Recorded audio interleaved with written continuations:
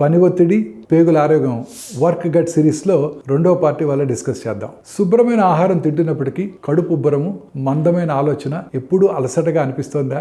ఒత్తిడి, సరైన ఆహారం లేకపోవడం, నిద్రలేమి వంటి కారణాల వల్ల గట్ బ్యాక్టీరియా అంటే పేగుల్లో ఉండే బ్యాక్టీరియా ప్రతికూలంగా ప్రభావితం చేస్తుంది. రోజుకు 10 గంటలు కూర్చోవటం, 3 పూట్ల ఒకే భోజనం తినటం మరియు రాత్రి ఆలస్యంగా తినటం వంటివి మీ ప్రేగుల్లోని వివిధ రకాల బ్యాక్టీరియా జాతుల సంఖ్యను తగ్గిస్తాయి. మీ ప్రయాణ ఒత్తిడి, నిద్రలేమి, వారాంతంలో అతిగా మద్యం సేవించడం కూడా గట్ మైక్రోబియంపై ప్రతికూల ప్రభావం చూపిస్తాయి.